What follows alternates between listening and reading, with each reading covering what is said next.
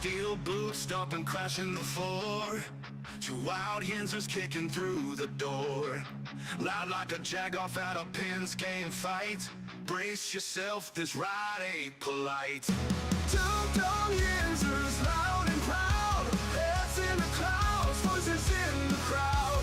Chaos brewing, they don't play nice. Hold on to your iron and grab your prime anti-slice.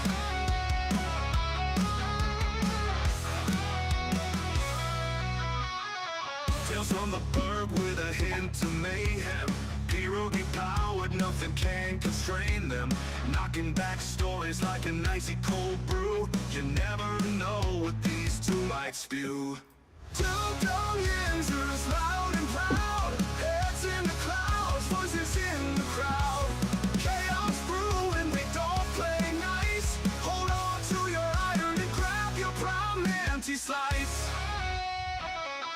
Welcome back, everybody. Welcome back to the show. This is the Two Dumb Yinzers, episode 734. Welcome back, everybody. Welcome back on this beautiful Tuesday morning here in Western Pennsylvania. What's up, my man? How you doing today? What up, man? I'm doing good, man. Are you back at work? Now, I know that you had the vacation last week. Did you go back to work, or are you going back tonight? I already went back. I went back this morning. I was in. It was a long morning. I was not used to having to wake up that early again. Absolutely, especially after you just have a vacation and all this time to yourself. Get up when you want, and then now you're back at the grind. It's always one of the hardest days. It puts you in mind of when you're a kid and you go back to school after the summer vacation. Exactly. That is literally the worst time in the world because when I remember going back to school, and that's when it's still hot. It's the end of August. And and you don't know whether to, when to start making that transition to wearing your long pants, your short pants, doing that whole switch. And like I said, you're just coming off of summer, a lot of running around, a lot of playing, a lot of sweating. So it's a whole change. I mean, you go from that constant sweating to sitting there in class. I don't miss that one bit. The 3-month breaks were nice, but coming back after 3 months, it's the total polar opposite of having 3 months off. Exactly. And going back into work too after a week off, I don't want to do that. And I may have celebrated the last day of vacation a little too hard. So it was a rough morning, but it was nice to be back. It was nice to everyone was happy to see me, so that's always a good feeling. And then when you go back, there's always that smell, like the first day of school smell, the smell of the work building, the same smell you walked the first day, the first smell that you smelled the first day you walked in. It's just that smell. And I always hated that going back smell. Again, whether it be for school, whether it be for work, whatever the case may be, that going back smell is one of the most undesirable smells, no matter how good it is. It can be a good smell. Right. But if it's the go back to work or go back to school smell, I don't care what it fucking smells like. It's not good. Exactly. No. It's like you don't want to be there at all. And then, yeah. I'm ready to go. I tell you what, man, it's this Tuesday, Mike. I'm feeling a Taco Tuesday. I got to be honest with you. I don't know if I could wait it out till May 5th. I just don't know, Mike. I'm feeling it. I got it in my head. So, once you get it in your head and you get something that you want to eat in your mind, that's where I'm at now. I'm feeling a Taco Tuesday coming on. Man. Tacos sound amazing right now. I'm not gonna lie. Yeah, and it's been a while too, so I can murder some tacos. I do want to say on the board though, good morning to Finch. My man, how you doing today, sir? Finch also says that Paul Skeens made the cover of the new MLB The Show game on PS5. Might pick it up just for my collection. I own most games that feature Pittsburgh sports figures. Yeah, that would be cool. Get it now before he's gone. Exactly. A couple of things I do want to talk about today, guys. Before we get started, is the new Rock and Roll Hall of Fame inductees were announced yesterday. Caleb, what's up, brother? Tacos do sound like a vibe, and I'm definitely vibing that, baby. I'm feeling the tacos today. Yeah, that's right. But guys, 2025 Rock and Roll Hall of Fame inductees, they are in, Mike, as of yesterday. Bad Company. They did a Oh, wow. couple good songs back in the day. From what I remember, you know, you got to go from our age perspective. Bad Company was pretty. I guess they were pretty cool. I know that one song that they say, "Bad Company." That's the only one I know.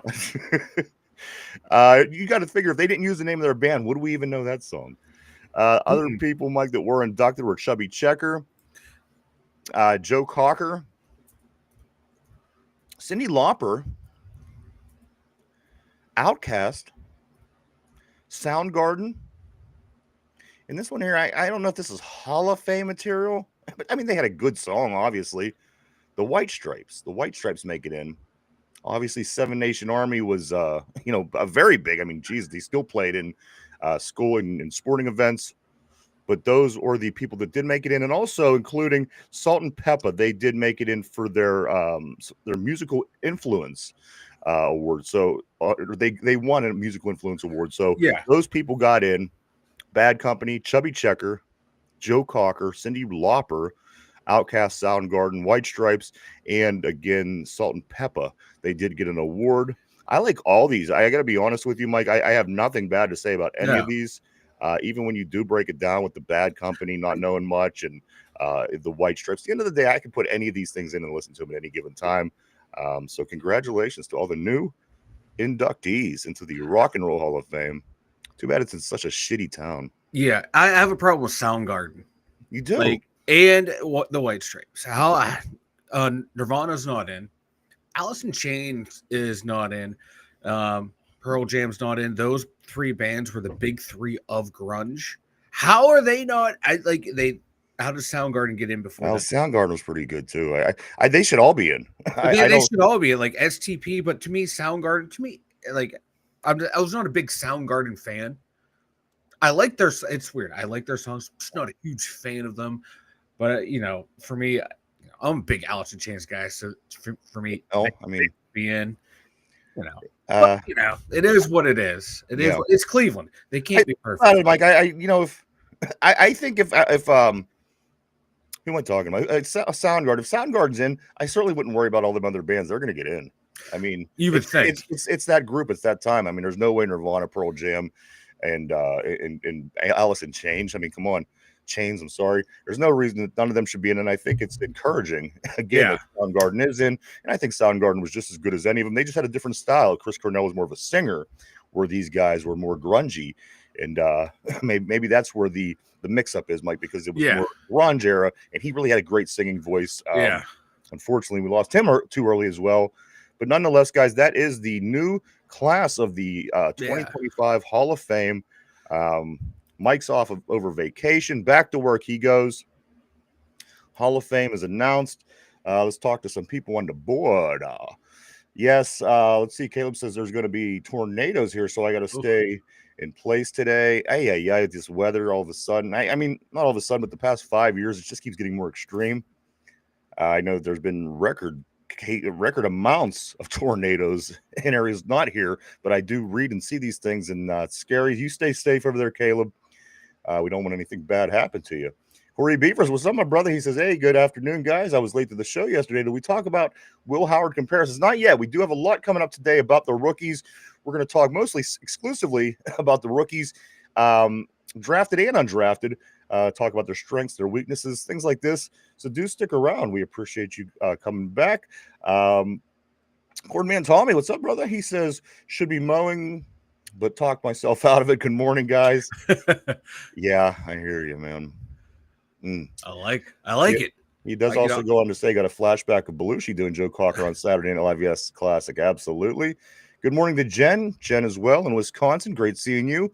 I hope Wisconsin is recovering, because I did see that more people were in the parking lot than there were a total population of Green Bay, Wisconsin for opening night of the draft, or one of them draft nights, which is a crazy amount of people, considering they have I think they said about 107,000 in Green Bay itself, and there was a lot more than that there. So I hope Green Bay is doing well.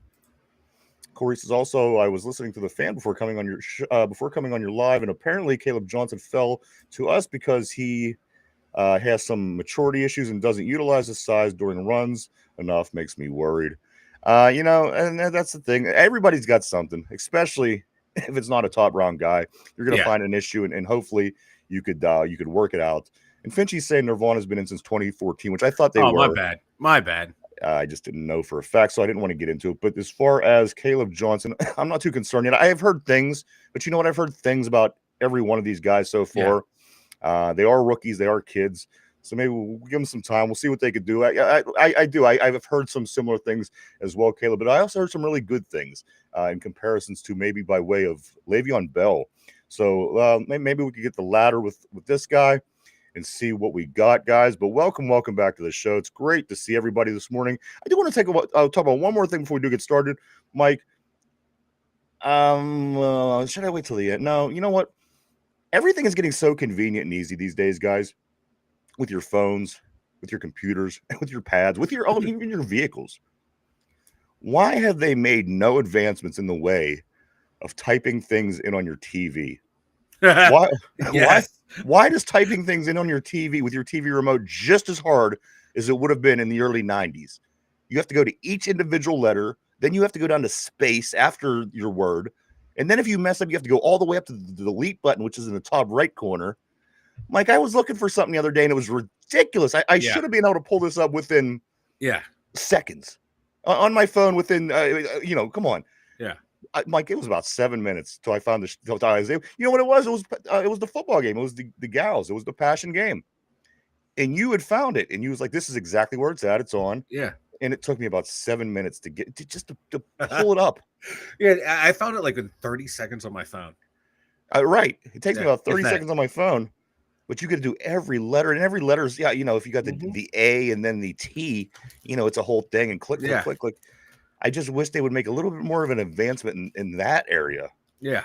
I'm good everywhere else, but geez, oh man. But that TV. One right there, you struggle with it. Anytime I'm at the studio and you're fucking around with the TV, it's comical for me. Isn't it? It's always something. Always something. It is too. Well, Corey says, I get it, but GP issues, potential AR issues, absolutely. I mean, there's don't get me wrong. I'm really trying to stay optimistic with everything that is going on and potentially could be going on with this Pittsburgh Steelers squad. But guys, let's start talking about the we gained an addition yesterday, the wide receiver, former Houston Texan and former LA Ram Super Bowl champion, hard-nosed wide receiver, Mike. This guy's name came up a couple times over the past few years. Yeah. This year we land them. Yeah. The Steelers get Robert Woods added to their wide receiver room, Mike. So now the passing game, with the exception of possibly not knowing who's going to be throwing these gentlemen the football, the wide receiver room, addition to the tight end room, not a bad group of guys to be throwing the ball to with these latest additions. DK Metcalf, of Robert Woods, of course, Roman Wilson. We still haven't seen him play. So you get this addition, plus you get GP, Calvin Austin. Yep. So I mean, we got a nice little wide receiver room, and then rounding it off could be somebody like, as you and I were saying yesterday off the air, either Scotty Miller, Ben Steronik. That could be your sixth guy in your in your room. So that's a pretty good room, again, considering your tight end room is pretty strong, in my opinion. Mike, all we got to do is just get somebody to fling these guys the ball. Exactly. And I like the addition of Robert Woods. He's not, stat lines aren't going to wow you. It hasn't been impressive since 2020 for him. But what he brings, like you said, he is a Super Bowl champion. He's 33 years old. He's going to bring that veteran presence to that wide receiver room, that mature presence. This guy, I never heard of him ever being in trouble, ever causing problems on a team. Is a good guy to have. I think back to like a hockey type term when the Penguins brought in Bill Guerin. Wasn't going to light up the score sheet, but was a good locker room presence. And I think that's what this Robert Woods signing is. It's a nice veteran to have, and someone that will give you a little bit of production if you need it. If some of your big guys go down, boom, hop right in. He can fill a nice little role. Just be a steady receiver out there.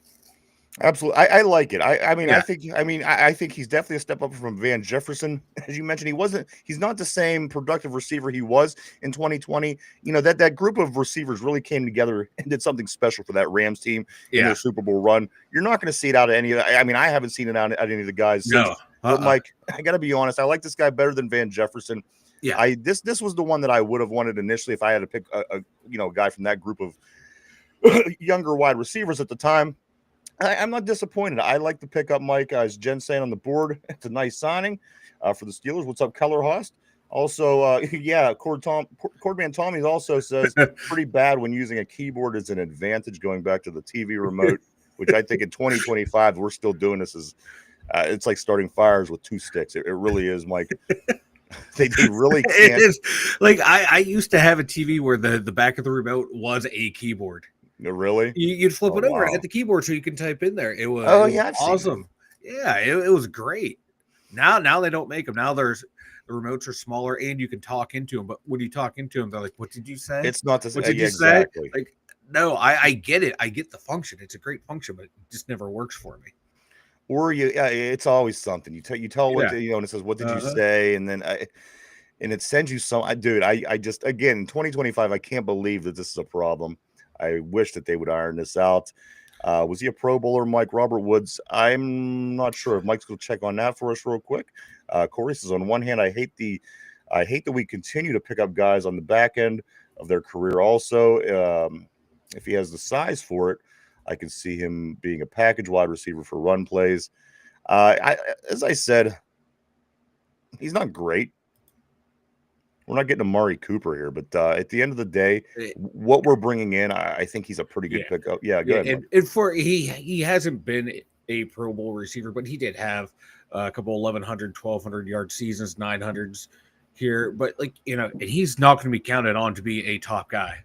DK, George, Austin, Roman Wilson, then maybe Robert Woods. And then Skoranek and Scotty Miller. So if we're seeing a lot of Woods and Scotty Miller and Skoranek, we're kind of screwed. And again, Mike, he might not even make it out of camp. You never know. You're right. You never make know. It out of camp. Yeah. But on the other hand, he was a part of a special group that was able to win a Super Bowl. Yeah. So again, if you're putting together a room where he would be on the back end, I think you're in okay shape. Again, he's good for what we're bringing him in for. Yeah. He's not going to be doing what DK and George are expected to do. Maybe and again, he shouldn't even be expecting what to do with Calvin Austin and Roman Wilson are doing. He should be again at the back end of that. So as long as he could be somewhat productive from that position, I think that we have a nice receiver core this year. Certainly, Mike, better than it's been. Going with the one starter look for last season, that was a lot of fun. Yeah, this is a lot better. We're not scrambling to try and find someone after trades fall through and free agents fall through. Jen Go says that her grandkids were using an app on their phone as a TV remote. Maybe that's what I got to do. Maybe everything's an app now. Yeah. Maybe I'll just neuro link it to my brain. We don't want that. I don't want to know what's going to pop up on the TV here at the studio. Derpy's midget porn. Yeah. Speaking of Derpy, where's he at? I'm not surprised. I'm not sure he's okay, because I know early in the weekend with the draft he was taking it pretty hard. But we got two Ohio State guys. We got two Ohio State guys, so he should be fine. He should be here. He should be living the dream, man. I know he got Olive Garden yesterday. Is he all breadsticked and tossed it out? Possibly. Jesus, Caleb. Let's see. Cordman Tommy says I do that with my Fire TV, Jen. Much better. Jen says I had no clue you could do that. Kids teach us old timers everything. There's no two ways about that, Jim. Caleb says it's now flooding. Caleb is literally sitting on his roof right now. I don't have a boat, but I know there should be somewhere south of you that has the Ark down in Kentucky. It will eventually float up to you, and you will be safe. In Kentucky? Yeah, it's a whole other state. Yeah, but by the time the flooding gets there, the boat will make it up to him. This is the best I can do. He's gonna have to swim uphill both ways just to get to the Ark in Kentucky. It's closer. It's closer than my boat here. P, what's up, brother? P says climate change is a myth. Drill, baby, drill. P. You never know what P's going to come out with. I do want to say this, Corey. I was reading a little bit about Caleb Johnson's 40 time. Now, Caleb Johnson has a 40 time of 4.57, which is deceptive, I'm reading. It says he has reached 22 miles per hour per GPS measurements on field. That translates to something in the 4.3s. It puts him in that handful of players that includes players like DK Metcalf that who have hit 22 miles an hour, Mike. Yeah. I'm really interested because, again, there's a lot. Out of all the players that I'm hearing things about, these rookies, it seems a lot of things come back to Caleb Johnson. Look what Caleb Johnson's doing here. Look at Caleb Johnson. Look at the work he did there. I'm hearing a lot about him. Yeah, there's always one guy in every draft class that everyone becomes like the focus of everyone's attention. I'm not too worried about his 40 time because I'm looking at the game film and looking at him running away from people, looking at him run people over. Does he get tackled easily? Sometimes, yes. It happens to every running back. But like Ryan always says, what way is he falling? He's always falling forward. I very rarely see him fall backwards or to the side. He's going forward.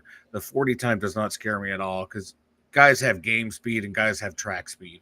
And we've seen guys with track speed not be able to do a lick in the NFL. And we've seen guys with slow 40 times know how to play with, anticipation, quickness. That short yardage burst can help a lot too. Give you a nice little advantage in the run game. So I'm not too worried about him yet until he does something, like that stuff's in the past.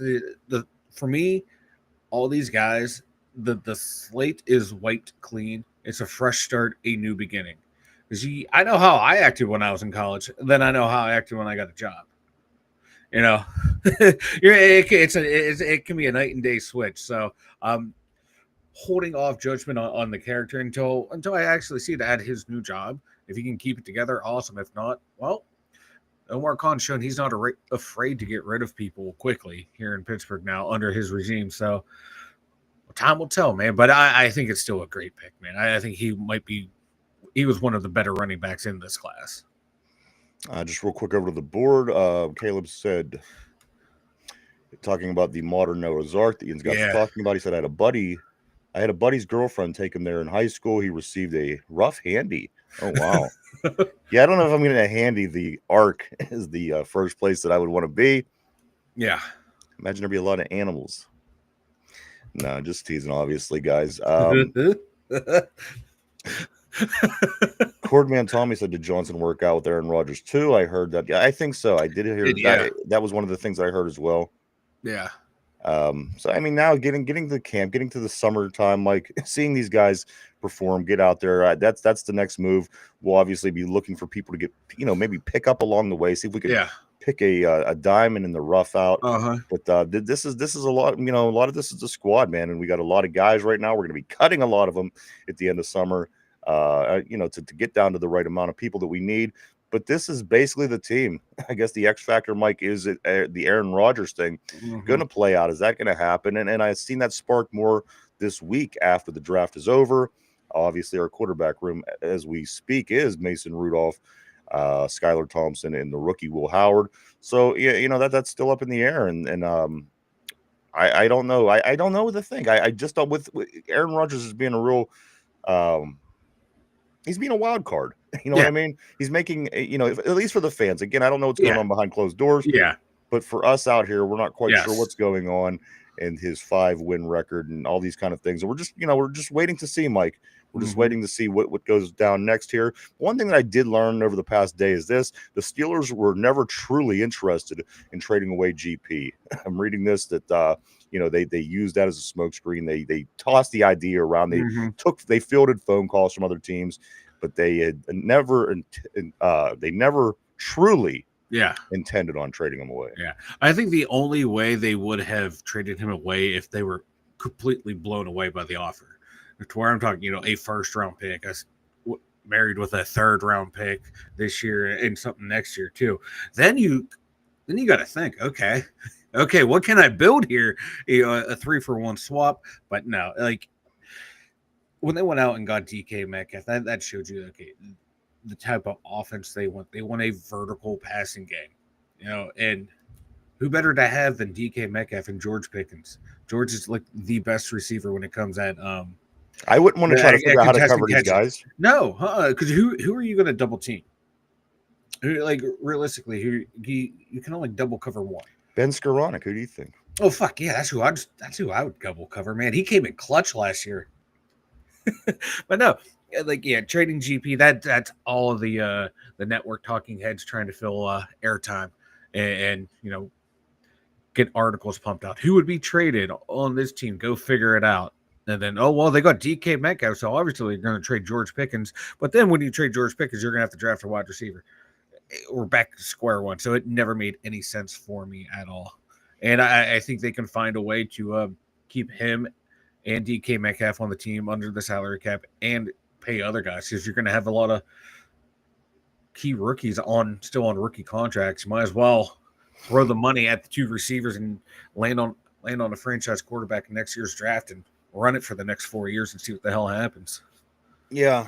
I think that's the plan. And that's the thing, Mike. Once they start reconstructing contracts and doing this, they can make it happen, I think. Oh, but it just makes you wonder, is there going to be something else we're going to be looking at next year? Yeah. At the trade deadline, or at free agency, and we might have a big hole that we need, and we might have to go out and spend some money again. So again, best case scenario, nothing terrible happens. We don't need to make any life-changing moves, and we can reconstruct George's contract and keep him around, as you said, Mike, and have that duo of receivers and be able to compete in the AFC North with teams like Cincinnati, who has their own duo receivers, and of course a Baltimore team that in the playoffs made us look quite insignificant last year. So things got to start coming together for this team, Mike.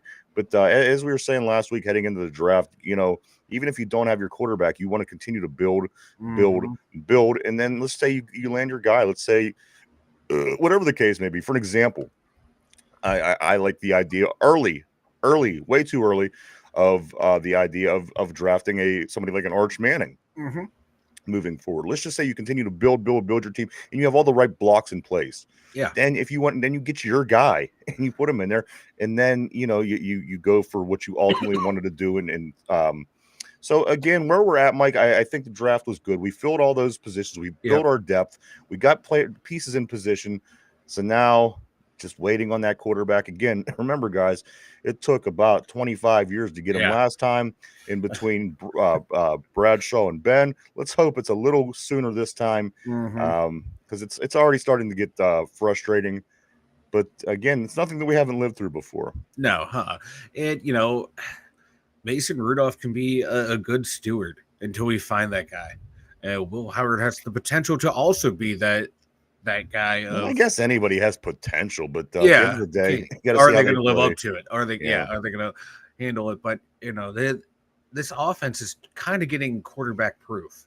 You have a supposedly, hopefully, this line improved from last year to this year, just by another year under their belt, especially for the two rookies on the inside. Then you got Jalen Warren, Caleb Johnson. Okay, on paper, that's a good running attack. Then what we just talked about, the wide receiver core, DK Metcalf, George Pickens, who you double team, and that should free up someone like Roman Wilson, Calvin Austin. That should free up Pat Fryermuth and Darnell Washington as well. So on paper, it's a decent offense, but can they get it together? That's going to be the key thing. Mike, let me get a couple of these messages in. I'm going to start right around here, right around where Cordman's told me he's talking about the rough handy J. Rough handy in the arc. How did Mike act in college? Yeah. I was a saint. He was the retarded kid, I'm thinking, but maybe, possibly. What else we got here? P says waiting on Rodgers is like waiting on a Chinese tariff deal. Cordman Tommy says will be interesting how defenses handle these two receivers this year. Two ways about that, man. As I said, as long as we could get a quarterback that could sling it in there, and that's why I don't hate the idea of Aaron Rodgers. Yeah, I just dislike it. Yeah, I get you. Corey says, do you guys think that our situation is comparable to Ohio State with DK Pickens, CA3 Frymuth, Warren and Johnson, to where he'll, you know what? That's a very good question, because you got to think that his team was elite compared to the competition in college, which makes things a little easier for you. When you're not elite and you're trying to make a way and you're trying to find a way, but I don't think that that's going to be an issue. I don't think that Will Howard is going to see the field much this year. I'm going to be honest. I just don't. I think they're either going to go with a pull and a veteran like Aaron Rodgers, or they're going to go Mason Rudolph. Unless it gets bad, Mike. Yeah. Injury purposes, whatever. I don't think that we see Will Howard. I think we got to take him in as he is in the preseason, because especially if you bring in Aaron Rodgers, I can't imagine in 100 years how Will Howard would find his way to the field if that be the case, Mike. No, if we do bring in Aaron Rodgers, Will Howard pencil him in as your number 3 quarterback the entire year, which is not a bad thing. For a guy that never took an NFL snap, it's not a bad thing at all. No. I have no problem with a 6th-round quarterback sitting there learning behind 2 veterans and 2 guys that aren't afraid to teach. Jordan Love learned from Aaron Rodgers. Mason Rudolph seems like the kind of guy that doesn't want a Big Ben situation to happen to him, where he's seen as a threat and treated as an afterthought. So I think it would be beneficial for Howard and the Steelers if he sits. Now, if he goes out there and lights it up during training camp, lights it up during the preseason, then okay, you got to think, okay, do we make him the primary backup? Does he get in at the end of games if they're if we're getting blown out or blowing someone else out? If we blow someone else out, that would be a fucking phenomenal change of pace around here. Us resting our guys in the 4th quarter, that'd be a sight to see. I think situations like that, you will see Will Howard on the field. But for me, I'm sticking him on the bench, letting him learn. Oh, absolutely. Corey says maybe that's why we drafted him, because he fits the system like Brock Purdy does in San Francisco. I don't even know if we have a system, I'm going to be honest with you, but the point taken. Corey also says, I agree that we're forgetting how bad Rudolph did play in Tennessee. I don't think he will, but he could, and then there's no harm in seeing what we have in Howard at that point. Exactly. Jen says, I heard he's super smart and will learn quickly. I hope that is true. I thought of Dobbs. Corey also says, I don't see us getting Rodgers at this point. I don't know why, but I get the vibe. All this drum was for nothing. You know what? Ultimately, I do too. But the fact that it came back up this week, and again, I guess we should have expected it to come back up this week. But that's the only reason I'm breathing life into it, is because it came up again. I was almost over Aaron Rodgers. But you know what, guys? Let's not weigh everything down with this Aaron Rodgers talk. I got some other things I'm going to talk about. We're going to get into these rookies, a little bit about them, guys. But I do want to say this first. A couple of transactions the other day. Mike Tomlin's son, Dino Tomlin, he is signed with the Tampa Bay Buccaneers as a free agent and is invited to camp. And so keep your eyes open for Dino Tomlin.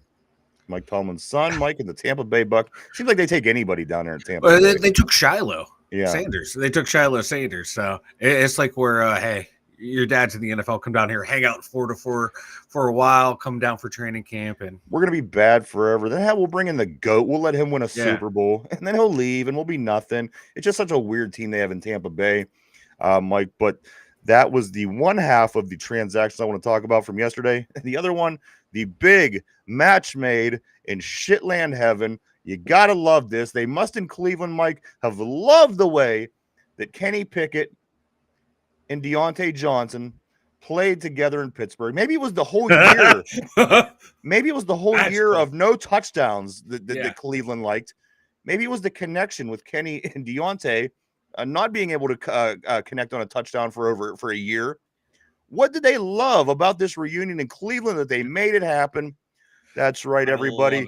Deontay Johnson now in this clown of a franchise, Mike, and it just keeps getting clownier and clownier with what's going on over there with the draft and trading out of the Travis Hunter pick to get Shador and whatever that was that they just did. I've never seen anything like it. It was a disaster. Then you add this specimen, this Deontay Johnson, who wow. When I seen he went there, Mike, I thought this could only be Cleveland. This could only happen to them. I love it. I just cannot wait to watch this thing play out up there. Yeah. Why Deontay? Why? When you look in that locker room and you see Kenny Pickett, you were on your way. Every year you got better and better. Then Kenny Pickett came, and it literally his stats have gone down every year since. It keeps getting worse and worse. I think he just might be on the downside, Mike, because it's just probably going is on the down ever downside of his since. career. He hasn't done anything great since he's left us, and he certainly went a long time toward the end of the career without doing much. So yeah. Cleveland Clownies, perfect adjective for them. It's comical. God, Deontay Johnson, man, at one point was one of the best route runners in the NFL. That's what you tell me. He was a fucking beast, and just let it all go away. But a perfect landing spot in Cleveland, in that clown car of a mess up there, that big top circus they have up there. Did you hear what the Browns GM said about Kenny Pickett in his contract? No. Their GM had no idea he had to decline or accept Kenny Pickett's 5-year option. Well, in Cleveland, they don't know what's going on. I'm sure how do you not know this? I'm sure they brought him in because he's a Super Bowl winner. And the fact that Kenny Pickett didn't even step on the field, you see what I'm saying? These are Cleveland, things. Yeah, because he was never traded or never cut, so he was traded, so that rookie contract's still valid. They had to figure out at the last minute to decline his 5-year option, to not pay him a guaranteed $22 million. It would have been the perfect Browns move if they didn't do that, and it automatically triggered, and they had a $22 million cap hit on him. It would have been a thing of beauty. Mike, a big announcement. It just came out from Cleveland. This is live action news. The Cleveland Browns just retired Shador Sanders' jersey number. Jeez. Shador's number is retired. So there you go, guys. Daddy had a call this morning and make the phone call, but nonetheless, let's catch up a couple of these messages, Mike, and then we are going to get into talk about these rookies and some of their strengths, weaknesses, things and such. Mike, I'm going to go right here. I'm going to go right there. And I'm going to go right here. All right. Jen says, too bad we don't play the Bucks next year. We get them next year. Kenneth, what's up, Kenneth Jones? We got our guy Howard. I hope you're right. I'm not big on Howard. I think that a team, and you see it every year in college football. You just have the most elite team out there. Who was the quarterback down there in Georgia when they won the championships? What was his name? Stetson Bennett. Come on, this guy isn't exactly setting the league on fire. He was a national champion quarterback.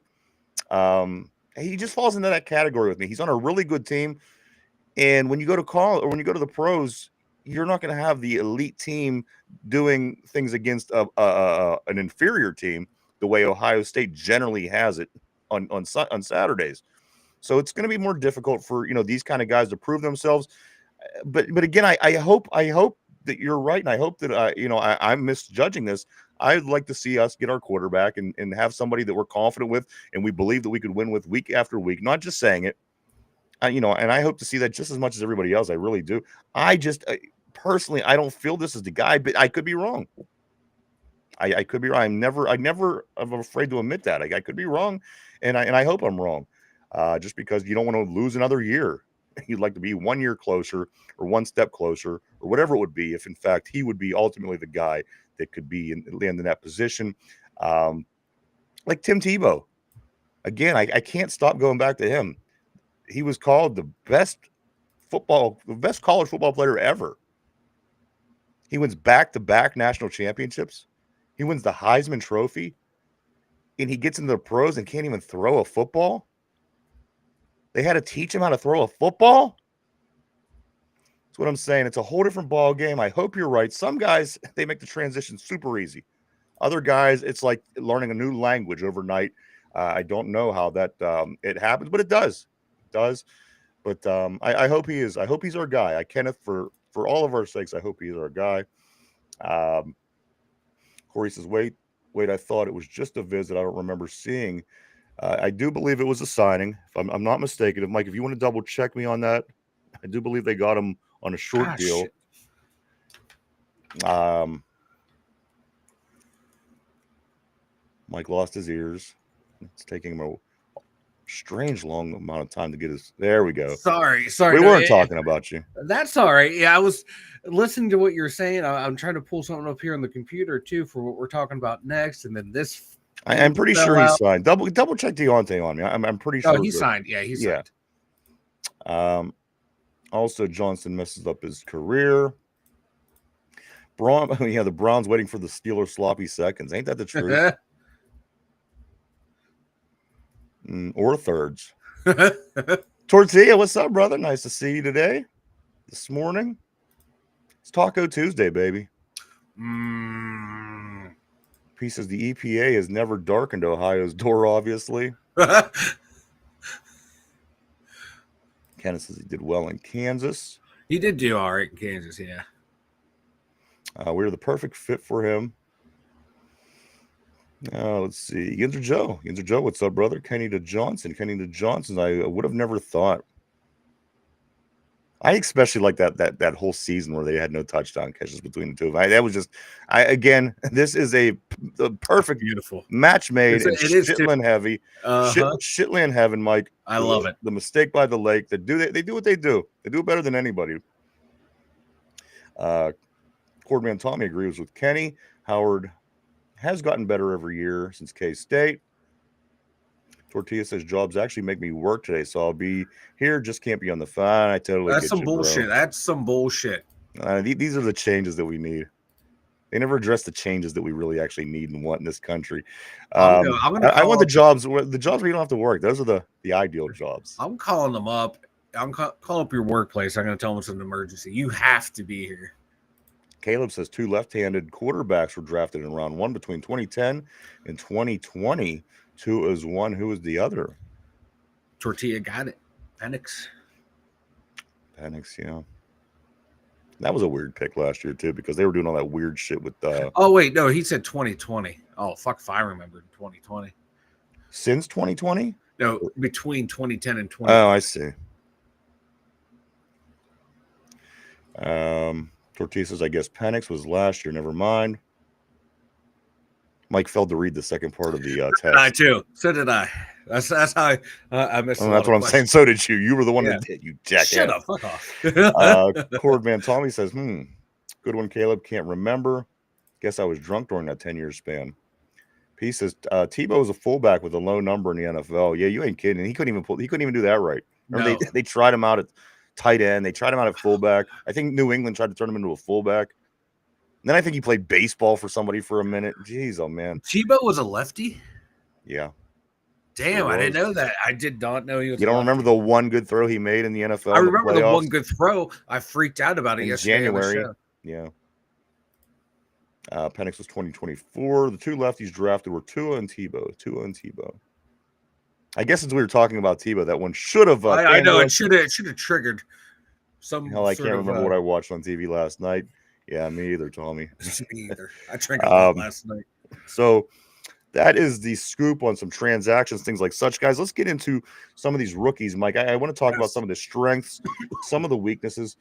Yeah, Kenneth. And you know what? What a terrible memory. Because that wasn't a great team. They went on to lose. Tebow, remember they had all those weird games where he had like 18 yards passing in a game, and it was they just had it was one of those weird seasons. And Tebow was just weird, and like there would be breakdowns in coverages because everyone was up on the line because he couldn't throw more than 5 yards, and then was it Demaryius Thomas just always open and deep? Yeah, that was a weird one, man. I certainly didn't expect us to lose that football game. I'm gonna be honest. Neither did I. We were a little better than that. If I could just get to my page, just bear with me for a moment. All right, guys. So here is, I'm going to start with our number 1 draft pick overall, Derek Harmon, of course, the defensive lineman out of Oregon. Mike, in 2024, he had 55 pressures, which was first. I'm guessing that this is first overall, Mike, because this is in his draft information. So he had 55 pressures last season, which was first overall, a 10.7% pressure rate, which is second overall, a 17.6 pass rush win rate, which is fourth overall, 10.5 tackles for loss, 5 sacks. So we got a pretty dominant wrecking ball, Mike, from what I could read inside. I mean, if he can make the transition over to the pros, it looks like we might have that guy on the line. Yeah, and he's also a really good run stuffer as well, too. Like, he's not just out there just trying to bull through the line to get to the quarterback. And what I noticed, too, from reading scouting reports and going back and watching some of the games and just some of the plays of him, is his feel for the game, knowing where to be at the right time, knowing, like, what's going, where the cut's going to come from the running back because he's diagnosing the play quick. He seems to be have that football smarts of in that game sense of, oh, this is happening. I already know what's going to happen. I'm going to be right here waiting and ready to go. And he was just manhandling people too. It was fun to see him watch him play too. He was just like a bully out there, just bullying people over. I like the pick, man. I like it. It was solid. It was a Steeler pick. I mean, it wasn't anything flashy. It was generally how the Steelers generally draft. Again, it be what we be. We needed to build the trenches, and we took the last 3 drafts to do that. Yeah. Some guys were still trying to understand and figure out if they're going to actually work, but nonetheless, we took our last 3 first picks and worked on the interior lines, both sides of the ball. Mm-hmm. So you know what? He will be the guy on the inside, Mike, which is good because, again, Larry Ogunjobi leaves. Also, Adams yesterday leaving. Yeah. So we did lose a couple guys as far as depth on the line. Neil, what's his name? What's the nose guard's name, Mike? Keanu Benton. What's going to ever come of him? Yeah. I'd like to see him finally have that year that we thought that he was going to have. I don't know, Mike. I don't know if we're going to see it. But, again, we do have Derek Harmon coming to save the day. Mike, I'm going to move to the number 2 pick, Caleb Johnson, in 2024. He ran for 1,537 yards, which was 7 overall, with 21 touchdowns, which is 7th in 12 games. So on touchdowns and yards, he was 7th and 7th in the country. So, again, you get your running back in the second round, and you think he has what it takes. And, again, his numbers are up there, 7 and 7 touchdowns, yards last year in the entire country. Also 6.4 yards per carry, 1,060 yards after contact, which is 5th in the country, 4.42 yards after contact per rush, 0 fumbles. 0 fumbles. So, I mean, that's something we could keep up because Najee was good at protecting the ball. Also, Mike, 99th percentile dominator ranking.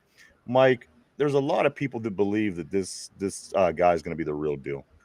Yeah, he has, like, on paper and on film, he has all the traits what you want for out of a zone blocking scheme running back, and he's elusive, he's powerful, he's physical, and he had 28 carries of 15 yards or more. That was 3rd in the nation. So that 40 time, does not concern me seeing that number right there, that this cat has the big play ability.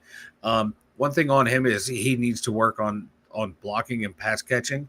And that's fine because look who's right there with him in the backfield, who is great at catching out of the backfield and who is great at blocking, Jaylen Warren. So he has time to refine his game. We didn't draft him to be that workhorse the way we draft. I hope Najee would be not that at this workhorse. point. Not at this point, but yeah, he can develop into that workhorse. Right now, it's a 1-2 punch, and we're carrying over that 1-2 punch from the last three years. So he fits in perfectly with what they're trying to do. You just got to, if he's got to be productive, he's got to move forward, he's got to fall forward. Just those small things you're looking for, because again, at the end of the day, Jaylen Warren's going to be the guy. He's your starter. That's bottom line. They're going to work this 1-2 punch in with him, and they brought in Gainwell for 3rd down. Yeah. Mike, I like the backfield. Again, there's people that you might have wanted along the way. I would have certainly liked to kick the tires on Nick Chubb, maybe for a season. But you know what? At the end of the day, with this young group of guys, we're building this team, the offensive line, these rookies. I'm okay with this backfield, Mike. Again, a lot of these numbers indicates that he will be somewhat similar to Najee in the case of, protecting the football. That's huge. Yeah. That's huge. Yeah. That's, Yeah. Say what you will about Najee, but one of the things I never worried about Najee with was fumbling the No. ball. And when he did, you're like, what the hell Yeah. just happened out there? And Absolutely. that's what I liked about him. And with Caleb Johnson, he's trying to mirror his running style after Le'Veon Bell. Mike, let's go to our third pick in the NFL draft this year, which came in the 4th round. We're going to talk about Jack Sawyer for a few.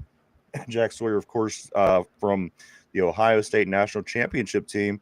Outside linebacker, I guess, would be his position, Mike. And his numbers as of 2024 look like this.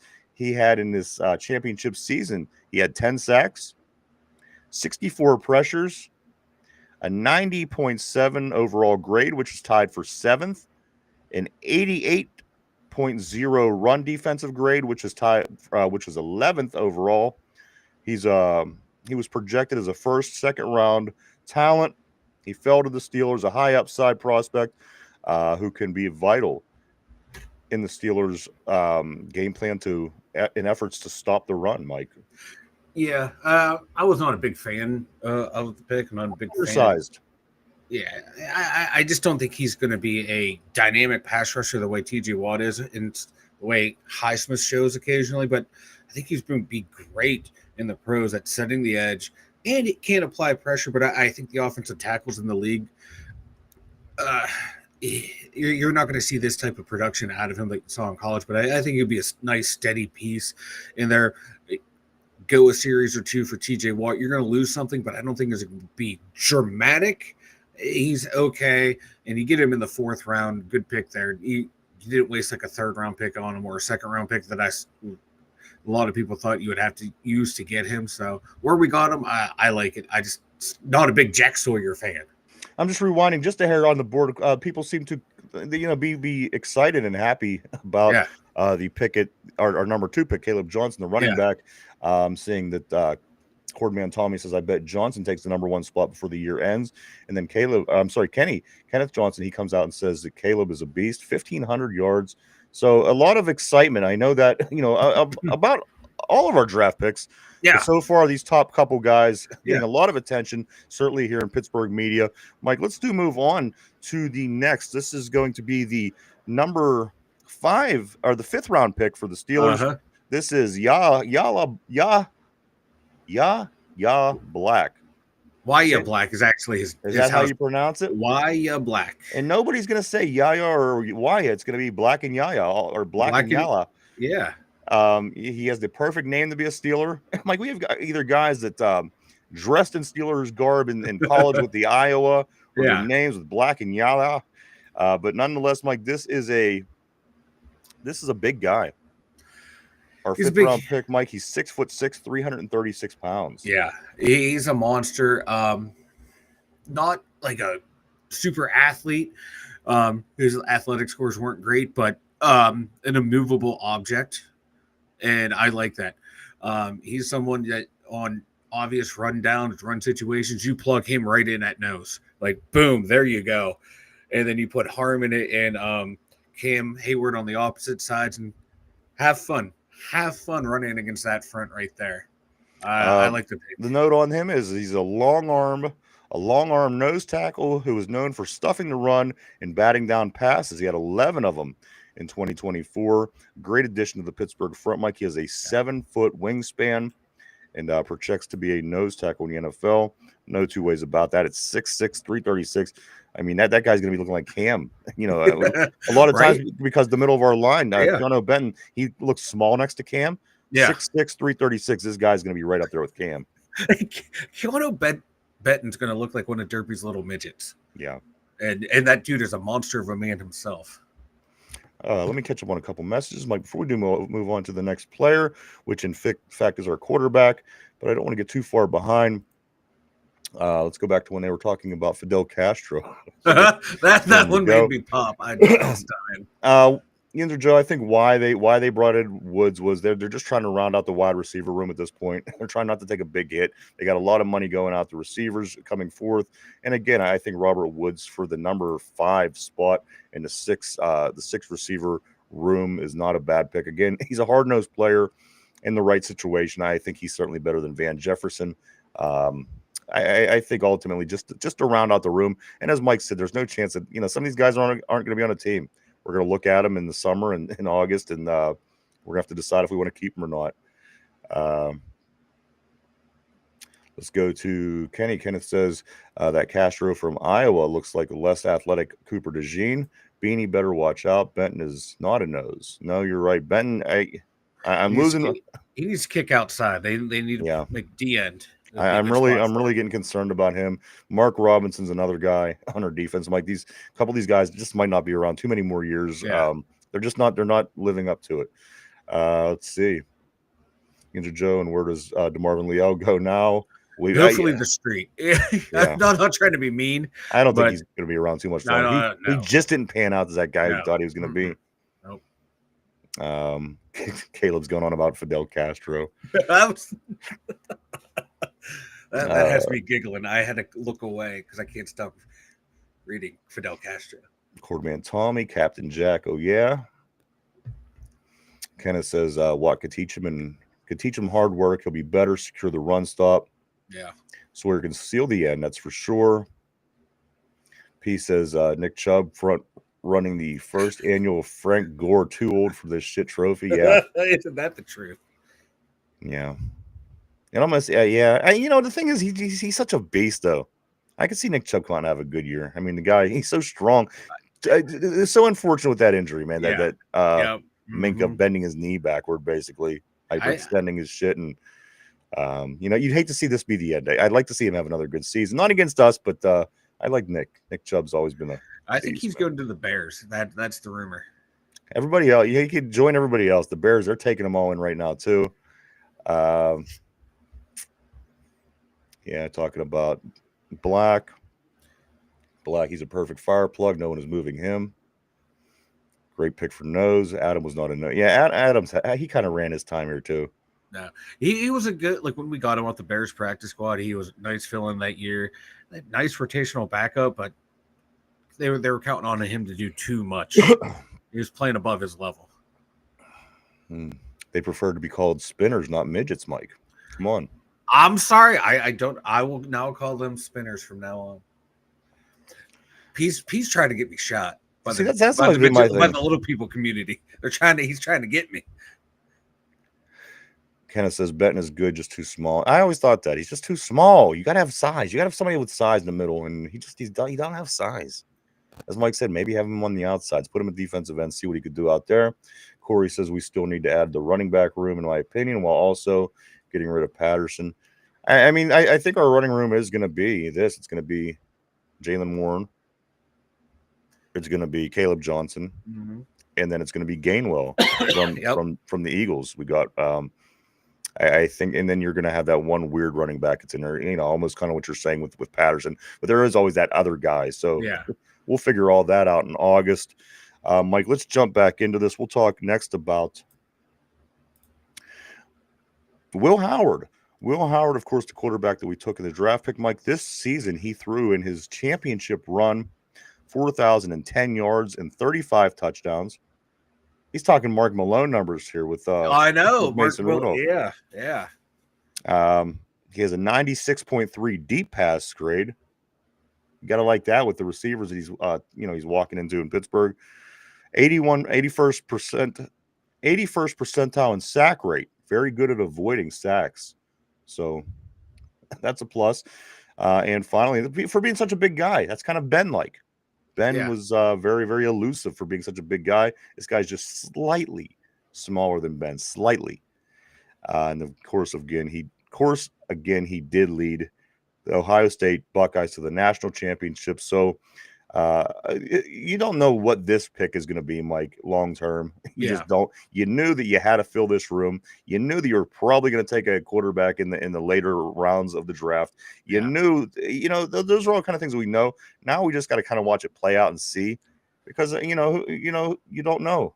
You don't know. Again, especially if Aaron Rodgers comes, that really throws a wrench in the clockwork because you're trying to figure out what this is going to be. What's Mason Rudolph's next move now that you bring Aaron Rodgers in for this run?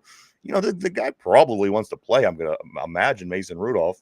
Yeah. I mean, you know, he's going to have to decide moving forward. And, you know, so there's a lot still to figure out at this quarterback position. It's far from figured out, even after selecting a quarterback in the draft.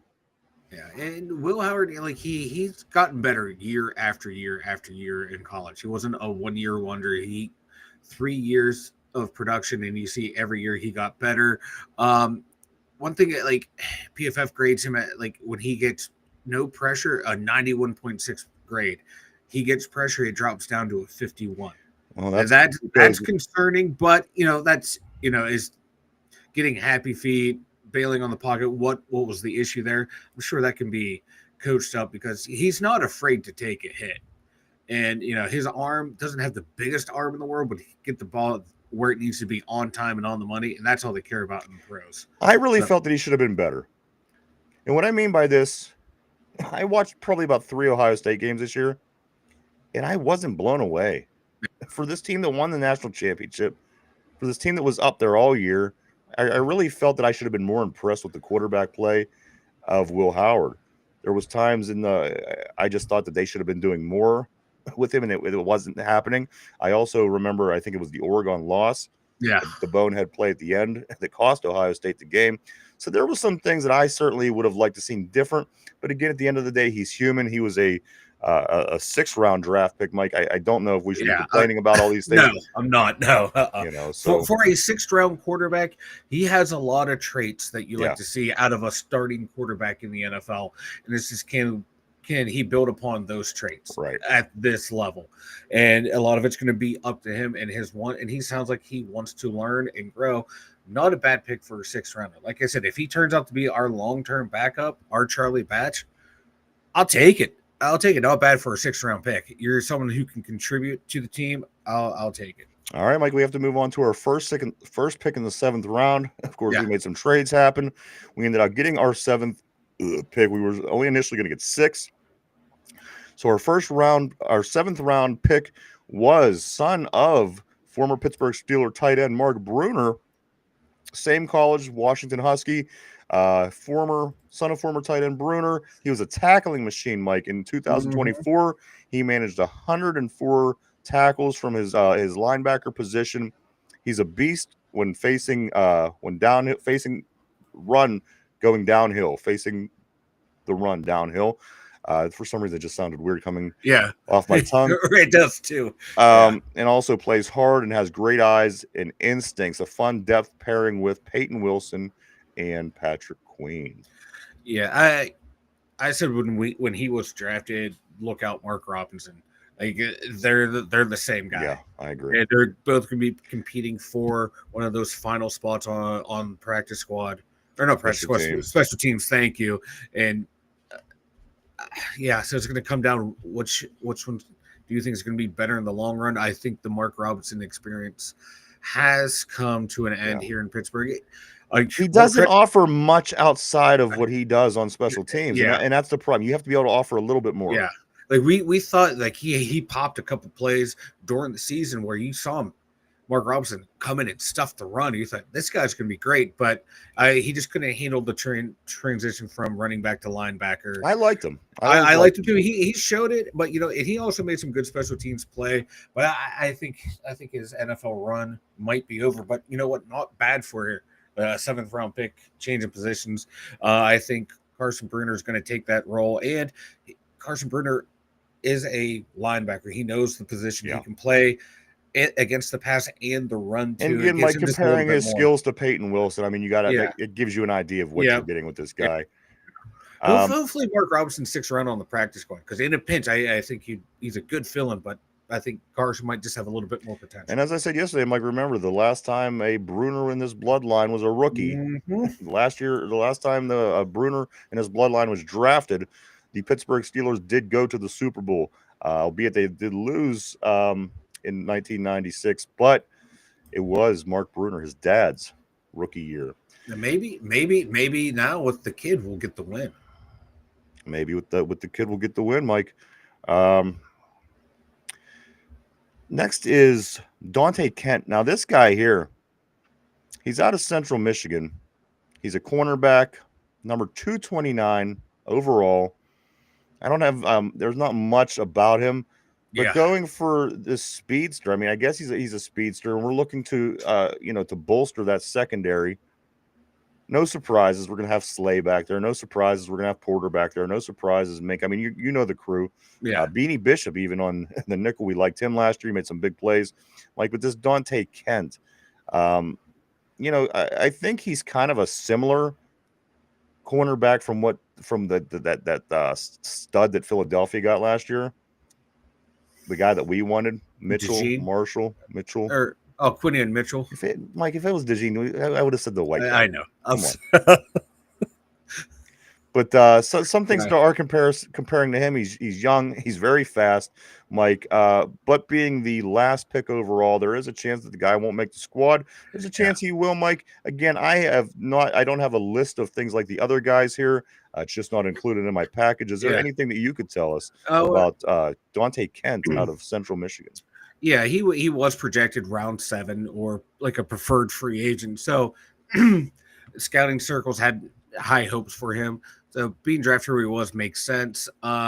He's better in man than he is against zone, because with zone, scouting report that I just read says he doesn't trust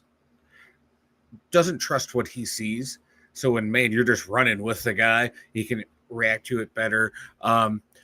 Sounds like he's tough enough in run support, and is not afraid to get his nose in there as a gunner, and was a punt returner as well too. I knew he returned punts, so he has some flexibility there. He can compete to be a return man. If he has a good showing, that could definitely get rid of Cordella Patterson, because they wanted him back to return help with punts and kickoffs. If this cat can do it, that bump Cordella Patterson out of the way, and if this guy's a gunner too, more value there for him. But I think he's going to be very fringe to make the roster. I wouldn't it surprise me if he makes it to the practice squad, or if he doesn't make the Steelers practice squad, I can see him ending up somewhere else. Just a quick guess. You always got room for a nice young DB. Yeah, there's always if he has potential, it's always such an asset to have on your squad, Mike. Yeah, and we have in that R corner position, man. After you get past Slay, Porter, and James Pierre and Eccles, there's a spot for you. They can find a spot, because there's not a lot of high quality depth behind those guys. All right, before we get into the undrafted free agent signings, Mike, let's catch up on some of these messages. Cordman Tommy says, if you get the chance to see John Gruden's interview with Howard a few weeks ago, it's awesome. I did hear about this. I am going to have to check this out. Cordman Tommy also says it was great. Gruden likes him a lot. Or Kenny Jones, I'm sorry, Kenneth said that. And then Cordman Tommy goes on to say, agree, Kenny. We was all excited about him. Gruden says, P says Gruden likes almost everyone, to be fair. Kenneth says, I don't understand people saying his arm is not strong. He has a good arm, in my opinion. Tommy says, too many stars on that Buckeye team for Howard to shine like a gem, I think. Corey Beaver says, I think we're all jaded, because no matter how good Ohio State quarterbacks are, they usually don't translate into NFL quarter. That's one thing I can argue too, Mike. They've never won. You've never had a Super Bowl winning Ohio State quarterback.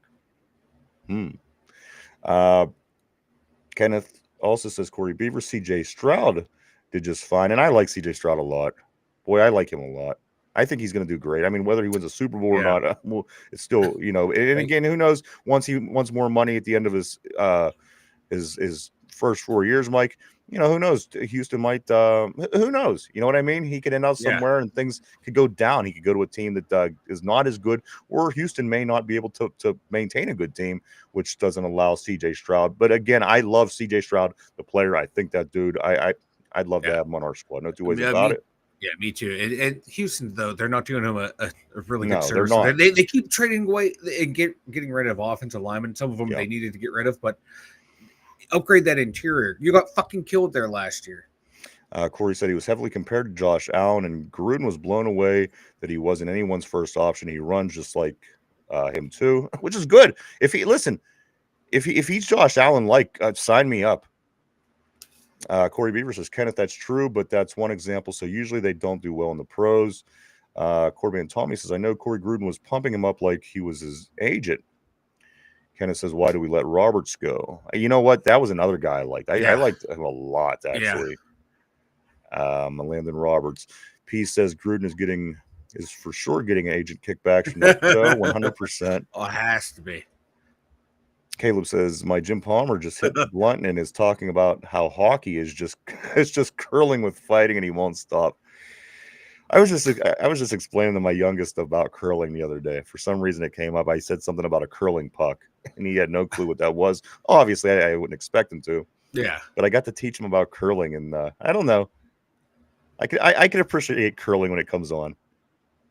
I just like them guys that just sweep really fast. I don't know. I think every sport should have these guys that just run around the broom sweeping everywhere. And then also P says, now hockey is like slam dancing on ice. Guys, let's hop into this undrafted free agent list. I'm going to start, Mike, with the safety. The guys were talking about a little bit earlier out of Iowa. We must have got 30 guys from Iowa, which I've never complained. The uniform transition is great. They've been Steelers for quite a few years, in my opinion. Mike, this guy is Sebastian Castro. Yeah. Safety. From what I see is he's one of the more underrated prospects in this year's class. Not a lot of detail on him. Mike, is there anything that you could tell us about this safety? I know he was mocked a lot to us in like the 5th, 6th round range, sometimes even in the 6th. Not a bad pickup. I like it. It wouldn't surprise me if he makes a push to make the roster out of this team. You can play a little bit. I think he will push Beanie Bishop as well. Interesting. He's one to look out for. He could be this year's Beanie Bishop. We are going to get our nickel back from this from the undrafted free agents if it kills us. We are, God. You know, if Brandon Eccles can't handle it from the Jets, Right. we're going undrafted rookie route. It worked once with who was the little corner that we had that went down to the Bengals? Mike, what's his name? Oh, Hilton.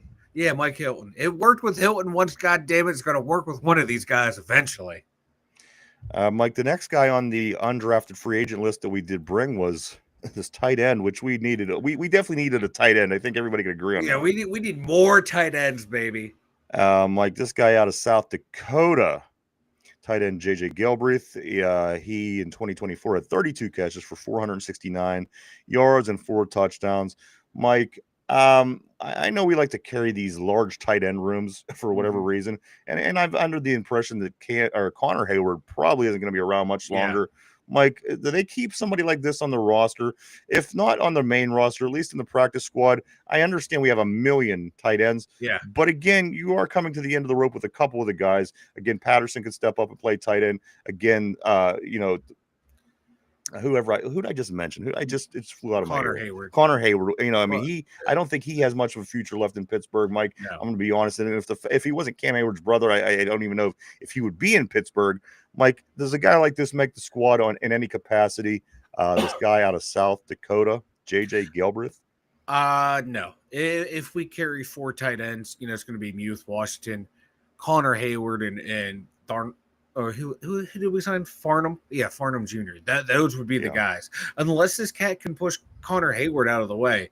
And just looking a little bit into him, his athletic scores, height and weight weren't ideal, but his speed and all the agility stuff, he looks really athletic. And if you can take a spot from Connor Hayward, I would not be opposed. I'm just not a big Connor Hayward fan. He'll have one good play a year, and that's all we see out of him.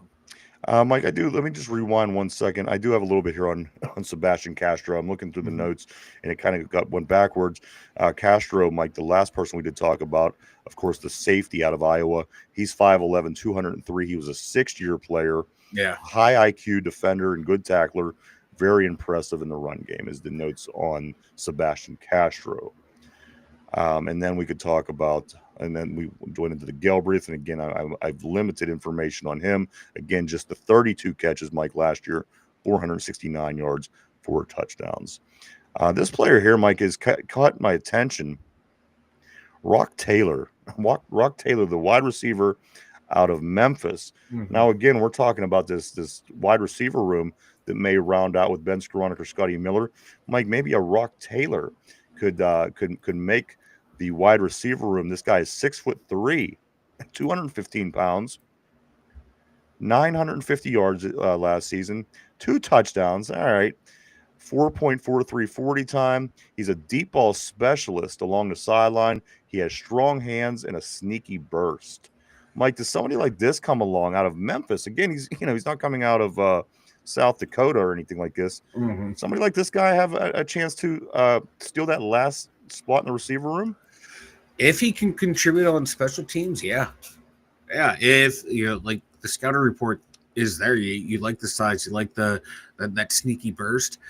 This is a great phrase, by the way. I'm gonna start using that now if I'm ever premature with the ladies. Like, I got a sneaky burst, but no, I think you'll be all right. I don't think you have to worry about hearing that anytime soon.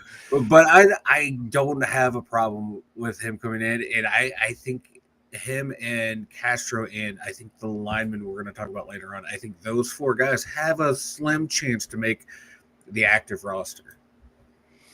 In the very bottom note, it says a very underrated pickup by Pittsburgh and a guy who has a chance of making the starting roster is what's in the notes here. So, Mike, you get these 6'3" receivers and up. Yeah, boy, that's a special player. You start to salivate of what you can do, what they can do, especially when you look across and the guy covering you is 5'10". You know what I mean? It's certainly to your advantage. Yeah. I like the thought of Rock Taylor.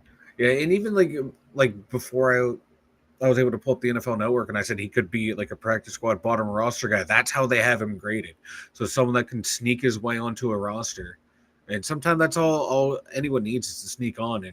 But my God, like you said, 6'3", 213, 215. Sign me up. All right, next guy that we're going to talk about, Mike, is Aiden Williams. Aiden Williams is a guard from Michigan Duluth. Yes. Mike, he is a very solid depth piece being added to an already young Pittsburgh offensive line. Mike, Minnesota Duluth, what do you know about Aiden Williams? I don't know a whole lot other than I pulled up I have this graph that tracks how athletic you are, the relative athletic score. And they've been doing this for years now, tracking people since like the 80s. This guy went back in, punched in all these numbers. He's like the top, like in the top 50 of most athletic guards or offensive, or they had him graded as a tackle, but like as a top 50 athlete out of like 400 guys that they've tracked. So I just reading about him kind of reminds me of Mason McCormick, because that's all I knew about Mason McCormick coming into last year was just he's an athlete and you can plug him in at guard or tackle and let him go. And that's kind of what this guy sounds like. And he's the other one I think might have a sneaky chance to supplant someone like Spencer Anderson if he can, go out and show that he is not only just an athletic freak, but, can be a bully on the line. And that's what they want. I kind of like that pick. Just reading into him, but, you're getting someone from Minnesota Duluth. Yeah. He's a long shot to make the roster, but just reading the athletic profile, it piques your interest. A couple things just on the board, Mike, you'll notice as I'm reading this next information. It says Kenneth, and I agree, Kenneth. He says I couldn't find much of him on film. Yeah. And Caleb over there, he's calling him Eaton Williams. And then Kenneth says he couldn't find any film, and Caleb said that's because he's eaten the film. So they got a whole thing going on over there on the board. Mike, I'm going to jump to the next player on the list is this fullback out of South Alabama, DJ Thompson Jones. DJ Thompson Jones, Mike, another tight end, fullback. He had 22 catches for 191 yards last season, 3 touchdowns. Again, Mike, these are the guys that a lot of them aren't going to be there come opening day. Yeah. A lot of these guys that the invitees they're bringing in, they're taking a look at. But I could assure you that we're going to be fine at the tight end position. Maybe if you're trying to keep a guy around for, just to have an exclusive fullback, maybe, I don't know, Mike. But for me, this tight end fullback, DJ Thomas Jones, probably not on the opening day roster. No, I don't even think maybe even the practice squad. Right. But You know, they've been trying to bring in guys in to play that fullback role for a while now. We brought in someone last year too from a smaller school to see if they can hack it, and we just went with a tight end as the fullback.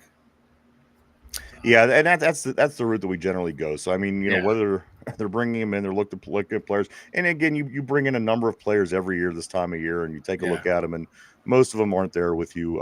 Again, even when you're starting the season, Mike. Yeah. So again, I just kind of throw him in that list. Mike, Keshawn Williams. I don't have any notes here on Keshawn Williams out of Indiana, this wide receiver. Again, you know, we're looking at hands, we're looking at receivers, we're looking at building this offense. Mike, do you have anything on Keshawn Williams? I do not. I'm pulling him up now because I had trouble the other day trying to find anything for him. See if I can pull something up real quick. But I just know he came from Indiana. He didn't have a lot of production. He's listed as NFL Network saying maybe a average backup or special teamer, so someone that can come in and maybe return kicks, maybe be a quick slot guy, kind of like Calvin Austin is. But I don't have much on him other than that he competes for 50-50 balls really well and possesses play strength. What's his size? Do you know? Is he a bigger guy? Tiny. He's 5'9", $188, and I don't know. He's going to be a stretch to make the roster as well.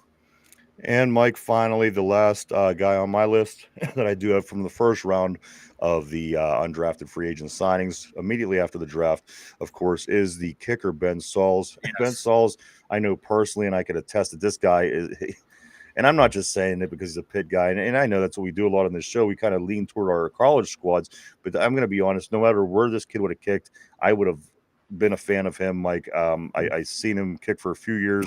He's a southpaw. He kicks with his left foot.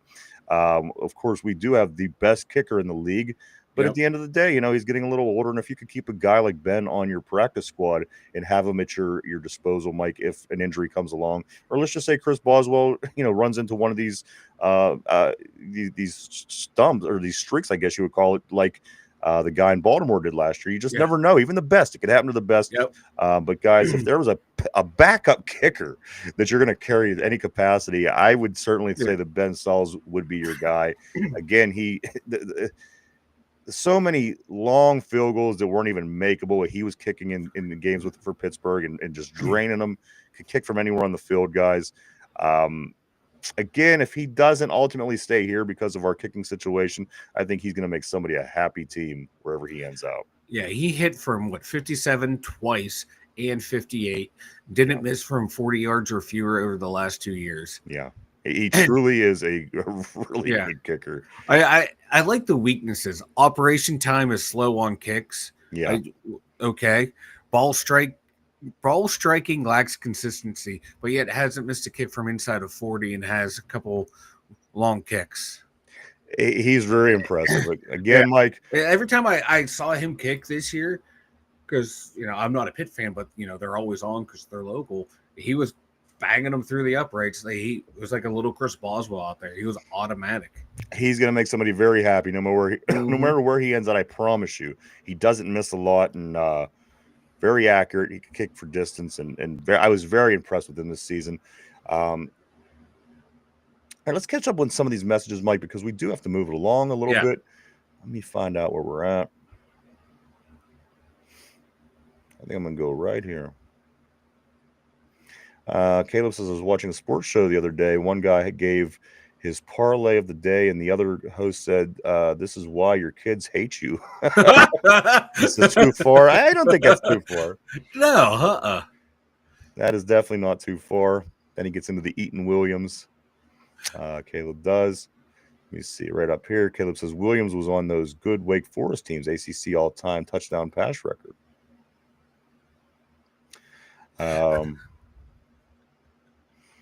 Bad news, when he went against Pitt, Williams wasn't great. Who are we talking about? Aiden Williams. Yeah. Okay. And then finally, Caleb also says in only one career 100-plus yard receiving game during that time. Mike, I do have to scoot along just a little bit here. Yeah. Pittsburgh Pirates back in action tonight, starting game 1 of 3 against the Cubs at home. Game time 6:40. The Pittsburgh Pirates putting on the bump. Andrew Haney coming in with a 2-1 record, a 1.72 ERA, 31 strikeouts on the season. He'll be facing Shota Imanaga. He also comes in with a 2-1 record, Mike, with a 3.18 ERA, 27 strikeouts on the season. This game starts a 3-game set at home against the Cubs, and then. And okay, I see the Keshawn Williams, the guy that we didn't have notes on. That's who, Caleb. Thank you, Caleb. Caleb's the man. Appreciate it. Absolutely. I should have seen that because there are 2 Williams in that list. But yes, the Pirates start game 1 of the series tonight against the Cubs. They play 3, and then they have San Diego, the Padres, coming to town over the weekend, Mike. So let's see if the Pirates could bounce back in. Mike, the thing about the Pirates that got me, remember how they were just they're pissing everybody off. They were cutting Rowdy Tellez instead of giving him his bonus last year with 4 at-bats left. They were, throwing away all these Bucco bricks. They were covering Roberto Clemente's signs. Get this, Aroldis Chapman, Mike. Of course, everybody knows the great Aroldis Chapman, the longtime closer in Cincinnati. He also won World Series, and he played for the Yankees. Mike, Aroldis Chapman, real quick note, he says, get this, if you didn't have a reason to hate, to be upset with your Pirates, hate's a little strong, but Aroldis Chapman says this, Mike, quote, "I was interested in coming back. I guess they didn't want me. It's too bad, but I'm happy where I am at now." I sure didn't hear that, back last season, Mike, after the season ended. And I think it's probably because the Pirates is why we didn't hear that, Mike. Exactly. He was the best pitcher in the bullpen. Aging, yes, but still he hit 105 miles an hour on the radar gun. Still was a World Series winning pitcher. I think he's the all-time left-handed closer. Mike, so many things about Aroldis Chapman. I loved having here in Pittsburgh, and he didn't cost out the ass. You could afford him. He was high, for what he was, but that's the player that you got. The guy struck out a lot of people, and I would have him in that on the hill, Mike, instead of Holderman any day of the week. So that's just one more thing to be upset about this Pittsburgh Pirates squad about, Mike. They did not want to bring Aroldis Chapman back. And he was one of my favorite guys. I mean, come on. He came in there and he just struck everybody out. How can you not like that? How can you not like that? Even when he struggled, he was still better than Holderman last year. And Holderman with a 12 ERA, a -7 WAR or a -0.7 WAR. And then Kyle Nicholas, a 14.4 ERA, -0.4 WAR. Get the hell out of here. Like I'd take Aroldis Chapman throwing left and right-handed over these 2 guys. Absolutely. And going back on what Caleb was saying, because Sean Williams, of course, was a wide receiver, and Aiden Williams was a guard. That's why it was a little confusing. That's why I thought, man, how did Hayden Williams, why are we talking about his touchdown catches and things like this, Mike, and career 100-yard receiving games? But why don't you go ahead and tell everybody, Mike, about the website? The2dumbyinserts.com. Check it out, everyone. We got the blog over there, which later this week I will have something written up about the new Steelers rookies. Probably even, I don't know, maybe something about Aaron Rodgers, because why not? He's a hot topic, fun to talk about. And we got the merch over there. We got all of our links over there. The blog, all at the2dumbyinserts.com. Go check it out, everybody. www.the2dumbyinserts.com. That's www.the2dumbyinserts.com. Caleb said he thinks he's going to go hit the Jim Palmer blunt now. Mike, we're going to get ready for the trivia question. This is a Pittsburgh Steeler trivia, guys. We're back. We're back into Steeler trivia. Seemed like it took a while, but you know what? We got to take advantage and ask a lot of draft questions at draft time, and it's a lot of fun. So, guys, we are back into the Pittsburgh Steeler questions. Mike, put on your thinking cap. Everybody at home, everybody on the board, here is the question of the day. Are you ready? I'm ready. Here we go. In a play coined, the longest play was 90 yards when it was set in 1981. It was a throw of 90 yards from Terry Bradshaw to whom? In a play coined, the longest play was a 90-yard pass play set in 1981. At the time, the throw was it was the longest play. It was a 90-yard throw from Terry Bradshaw to who? who completed the second part of the longest play at that time in 1981.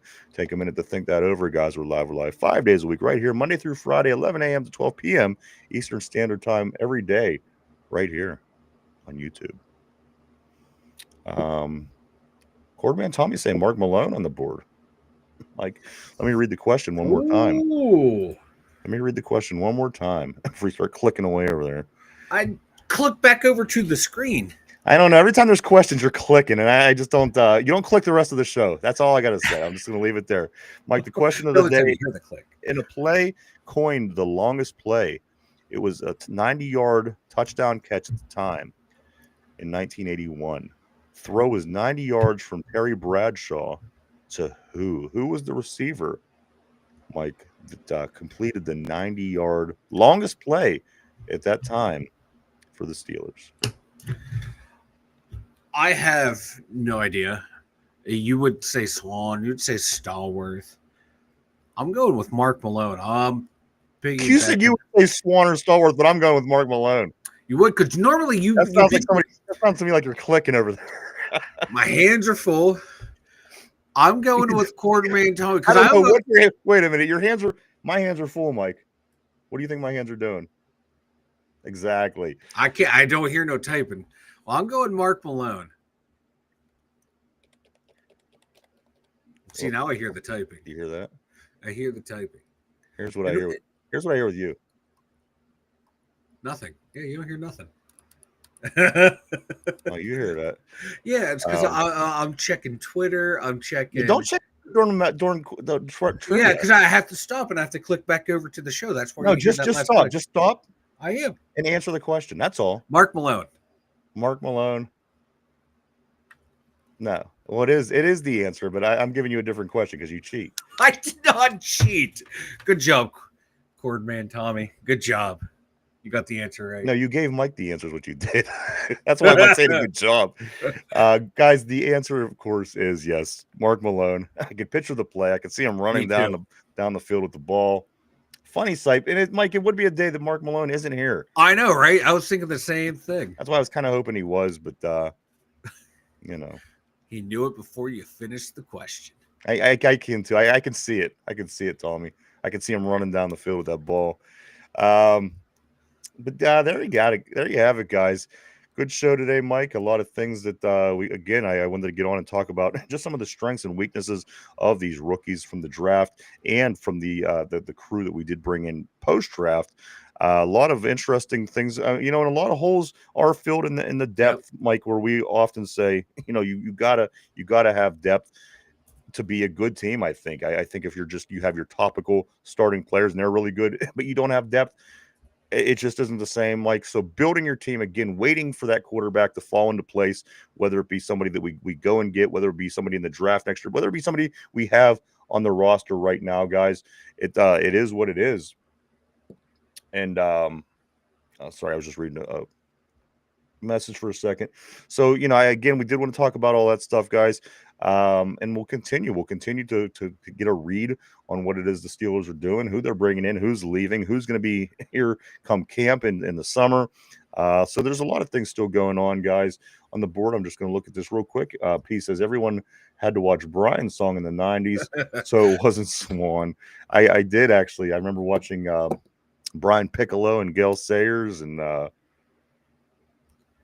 never forget, real quick, how a lot of these things are sexually biased. If you're reading a song or book about football in school, a lot of the girls didn't do well. They just didn't, care or know about sports like that, and vice versa. If it was a romance, the boys, they weren't that into it.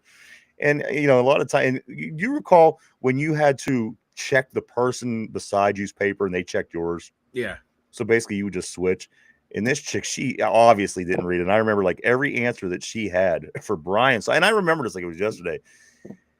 It was all Steelers stuff. Like the only thing she knew to say about football was just things regarding the stuff that she knew. It was like, what team did Brian Piccolo and Gail Sayers? Steelers. Everything the whole way down was just so stupid, but it was good enough because she was from here. She knew, enough. Yeah, exactly. Yeah. But she had no clue that it was Chicago. No clue that, I don't even think she had clue had cancer for that matter. But Yeah, because why would you think? Why am I reading a book about someone from Chicago when I live in a Pittsburgh area? Yeah.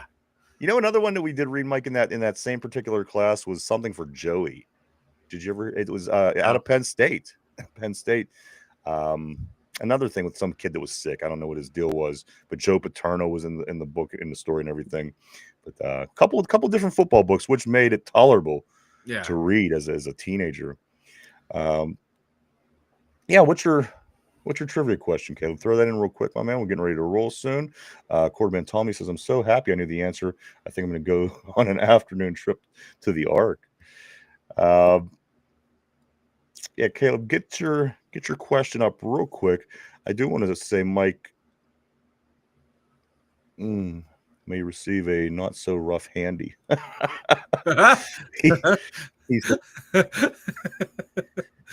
He told Tommy, I hope that you receive a not so rough handy. He thanks him. Just kind of hanging low here for a second. Are we making it like a group trip down to the Ark? Do we get a group rate discount? Well, I don't know where Tommy's coming from, but I know that who else is going? Who's the other person? Was it Caleb? So he's coming down from Indiana by boat. He's going Indiana to Kentucky. Mike's going Pennsylvania to Kentucky. So these guys are all kind of meeting up here in Kentucky. Caleb says, if I put the over under at 3.5 for Willie Stargell walk-off hits, do you take the over or under? Taking the under. Walk-off hits in his career? Is that what the question is? Yeah. Willie Stargell, if I put over or under at 3.5 on Willie Stargell walk-off hits in his whole career? I mean, you would think over, but now that the question is such, I'm going to guess under. Right? That's what I'm going with. I'm going under. I mean, I think that people would think that would be obviously over. And for that reason and that reason only, I'm going to say under. Yeah, I'm going under. Cordman Tommy's ready to meet you guys at in Kentucky. He's already got the car started. Chicken on the hill. So again, I would say under, Caleb. If I had a pick, I would say under. But again, Willie Stargell was great. He's the all-time home run hitter in Pittsburgh. One career walk-off home run against the Cubbies, 1975. Wow. I would have never guessed. I mean, again, obviously, just by the question, I did guess, but but the Cubs are back in action here in Pittsburgh tonight. What the what's wrong with you, Mike? What's going on over there? Just Cordman, P, Caleb. I've hit a wall, and they're like the last comments I seen, and I've read them numerous times, and I'm just making me giggle, making me chuckle. Chicken heads in the boat. You guys are gonna have a blast. There's no two ways about that. So we're gonna start wrapping things up because guys are gonna get together apparently for rough. I got my rowboat, boys. I'm on my way. Rough hand jobs in Kentucky. That all here later today. No, but guys, Mike, anything before we do start getting ready to wrap things up for today? No, just once again, keeping it draft related real quick. Next year, it's still holding. If the formula holds, Steelers have an extra 3, 4, 5, and 6th round pick. Get mad picks next year because we're compensatory picks, Mike. It's going to be a fun one. Next year, I have a lot of pieces to play with at the draft in Pittsburgh, guys. Again, we are on the clock.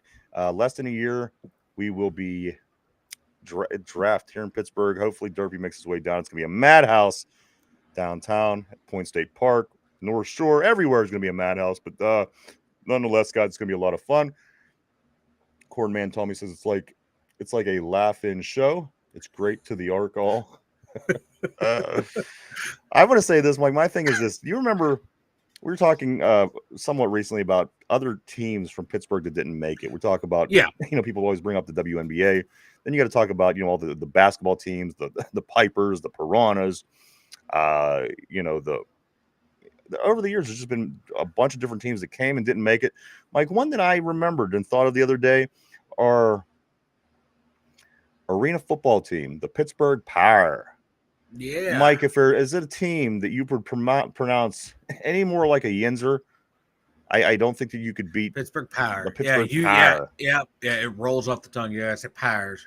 I thought of that the other day, Mike. I was trying to think of a couple of things, and the Pittsburgh Bulls, the lacrosse team in the early '90s. Of course, we mentioned some of these teams over the time, Mike. But the Pittsburgh Power. No team in Pittsburgh has ever been, as you said, comes off the tongue more easily for a year than the Power. The Power. The Pittsburgh Power. But that's about everything that I got for the day, man. I do want to say thank you to everybody for coming and hanging out and checking us out today. We certainly appreciate each and every one of you. We truly, honestly do. We couldn't do it without each and every one of you guys and gals. I want to say thank you to everybody on the board. You guys always, every single day, no two ways about it. Keep things interesting on the board. We appreciate each and every one of you and everybody at home as well, listening on the phone, at work, in the car, wherever you may be. We thank you as well, guys. You guys are guys rock, man. There's no two ways about that. Yeah, we'll you guys are amazing. We'll continue. We'll keep doing this every day, getting ready for the Steelers. Mike, as we said, more pieces are in place. We're kind of just waiting this Aaron Rodgers thing to see if anything comes from that, Mike, and so much more getting ready moving forward with this Pittsburgh Steelers. And there you go. Quarterman Tommy does have the proper way to spell Power. There it is, right there on the board. Pittsburgh Power. Mike, anything else, my man? Anything before we got anything else you got before we wrap up, bro? No, to the arc we go, to the arc we row. I'm telling you guys, he's gonna be super sad if he gets down there in Kentucky at the Arc. Indians ain't there, so just a heads up on that. You guys better be packing the car as we speak. Mike P says, only if you bring an assortment of AAA and AA and maybe 2 9-volt batteries at over enthusiastic Kentucky. Fair trade. Caleb's angling for that Sando gift card. We might have to send it to him. You know what? I think I forgot to mention that he had a comment about the gift card, didn't he? Yeah. Yeah. Oh, here it is. Okay, there it is. All right. Yeah. I thought I'd seen a gift card, and then you said it. Then it struck a memory because it was so long ago since I seen that message, Mike. Of course, it literally was only written about 2 minutes ago. Yes, absolutely. Anybody that's involved with these storms, weathers, whatever. Please stay safe, guys. That's what it's all about. There's nothing more important in your life. So you can stay in or stay safe. Do what you got to do. Tornadoes, all kind of crazy shit. It's that time of year. So do what you got to do. Stay safe. We hope to see everybody back tomorrow. We'll do it all over again at our regular time. One more time, Mike. Speak now or forever hold your peace, sir. Great show, everyone. Thank you again. Appreciate it. And yes, we thank you so much. Thank you, Tommy. Greatly appreciated, sir. And everyone else as well. Thank you, everybody, for Mike in his autistic closet of a room. Whatever's going on behind him. There's a lot going on back here. It makes me happy. Mike, myself, the two dumb yinzers. Again, thank you so much, everybody. We hope to see everybody back tomorrow. Stay safe and have a great Tuesday. Talk to you tomorrow, everybody.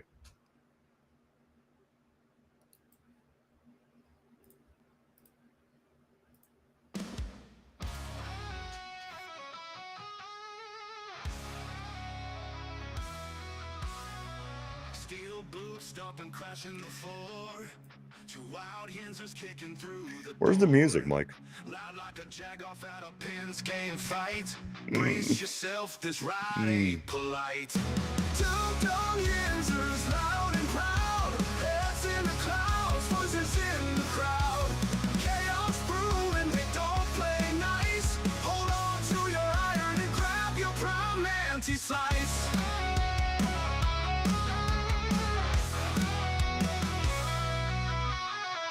From the burb with a hint of mayhem. Pierogi powered, nothing can constrain them. Knocking back stories like an icy cold brew. You never know what these two might spew. Two dumb yinzers.